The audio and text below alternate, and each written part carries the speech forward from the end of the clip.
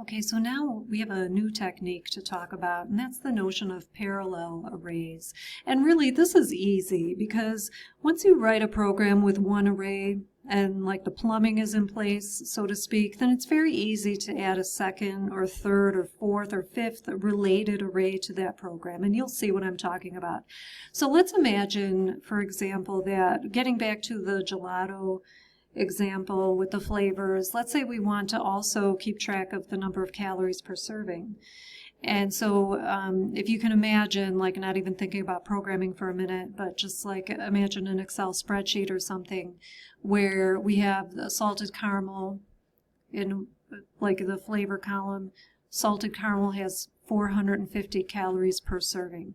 Chocolate peanut butter has 425 calories per serving. Butter pecan, 400 calories, and so on.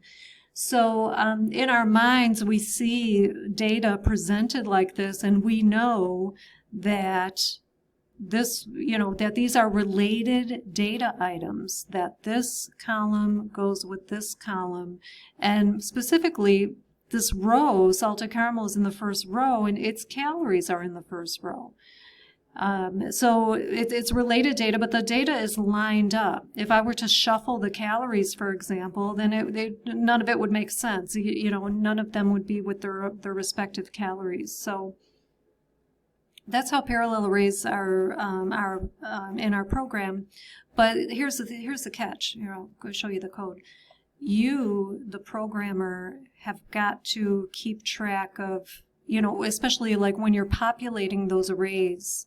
I have the flavors in the flavors array and the calories in the calories array, but I, the programmer, had to be very careful to make sure that salted caramel's 450 calories went in the calories array that has an index of 1, the element with an index of 1, okay, because they're related data. So salted caramel is 1, 450 calories is 1.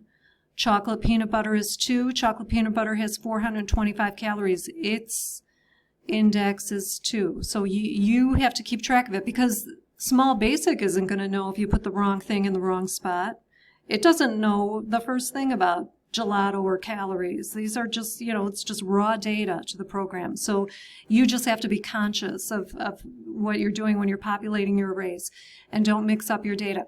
Another thing I'll mention here is this is not really a sophisticated technique at all, but I'm doing it in Small Basic because it's not worth our time to try to wrestle with lining things up nicely in columns. So what I've done is I've padded, this is called padding here, I've padded the strings with trailing blanks or trailing spaces so that they're all the same width, size to the longest one, which is the peanut butter. Okay, so that, it's just kind of a quick and dirty way to get your columns to line up. It's not something that we need to care about in this class.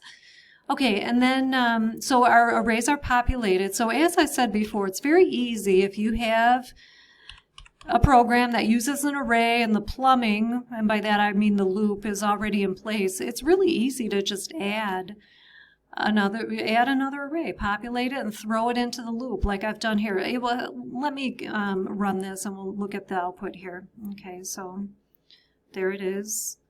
And I put some column headers, okay, with a line. We'll talk about that.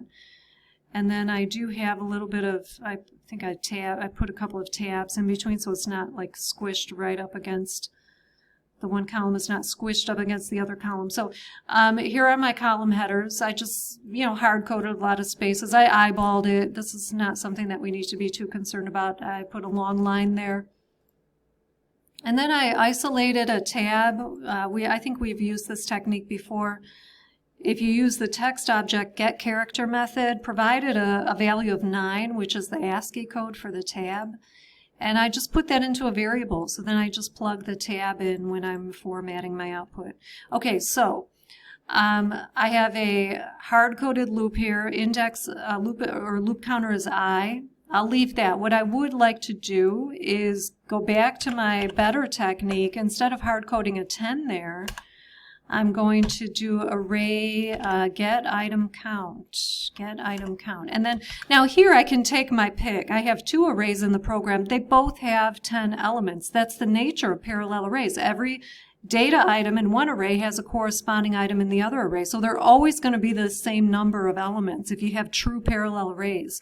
So it doesn't matter. I can put the flavors array here. It would just as easily work. If I put calories in here, they both are going to produce a 10 because they both have 10 items. Okay, so this is the better way of doing it as opposed to hard coding a 10. Because what if we go up to 20 flavors or 31 flavors? Then I don't have to worry about changing this after the fact. Okay, so that's my loop. Loop counter is I. We already had this part to print the flavor. Now I just threw a couple of tabs in there. And then I'm printing the calories. Again, loop counter as array index. That technique still holds true. But you can see the loop is not very different from the first time we looked at this program 2 videos ago. I just threw in another array. That's it. Okay, it really is that easy. What if I wanted to add a third array in here of like the grams of sugar in each flavor or the grams of fat in each flavor? I can do that very easily. Just throw in the other, create a new array, populate it with the data, and then I could just very easily squeeze in here and just add that third array, and then I can have a third column with the sugar or the fat.